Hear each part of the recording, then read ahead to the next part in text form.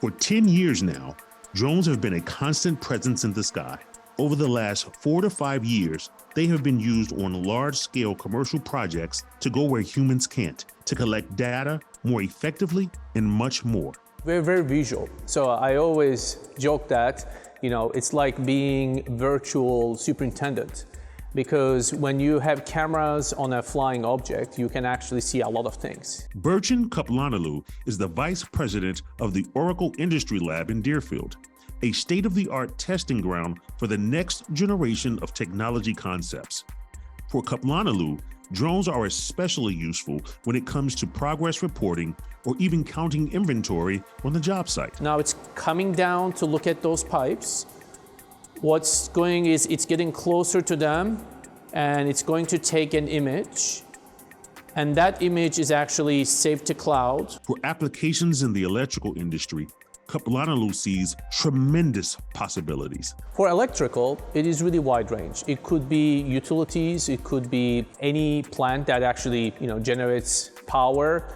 A lot of use cases related to construction, but also for maintenance and operations. So in essence, you would be looking at any anomalies along the bus or insulators to know when equipment needs to be replaced, repaired, or just to check the health of a system. Absolutely. And this is also, if you think about it, very a safe way to do it, because there is no human actually close to that equipment.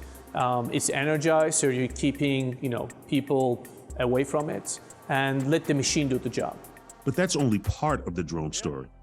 John Weir of Kelso Burnett uses drones for commercial projects like this one at the Veterinary Specialty Center in Bannockburn, where their drone was used to survey this rooftop for a solar array installation. We can actually take the drone, fly it around the building through artificial intelligence, create a 3D model. We can do shading analysis. Kelso Burnett also incorporates drones for residential solar projects. You can apply the drone, you can build that model, you can place the panels, and they get a really good visual on what those panels are going to look like on their house.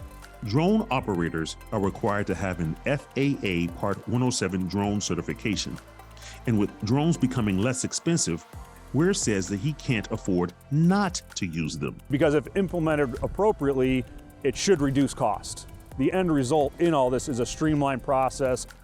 With all of their capabilities, Kaplanalou firmly believes drones are here to augment human work, not replace it. Will robots replace us? Will this technology replace us?